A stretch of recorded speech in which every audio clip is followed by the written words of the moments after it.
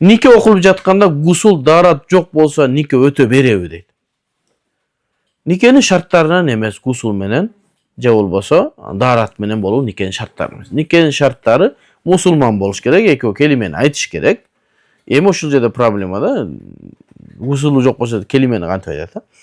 Анан келимени айткан болсо күнөөкөр болот, дурус боло берет да.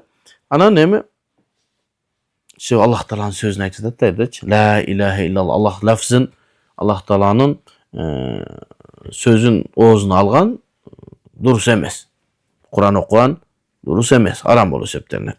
Жунуп мезгилде, гусулу жок мезгилде. Ал эми никенин шарттары эмне болуш керек? Кыз бар болуш керек, балагатка жеткен, же неме биздин закондо дейли, 18-ге чыккан.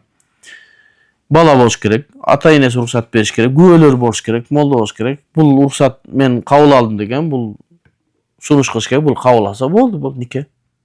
Ага гусулдун жана daarаттын шарты жок.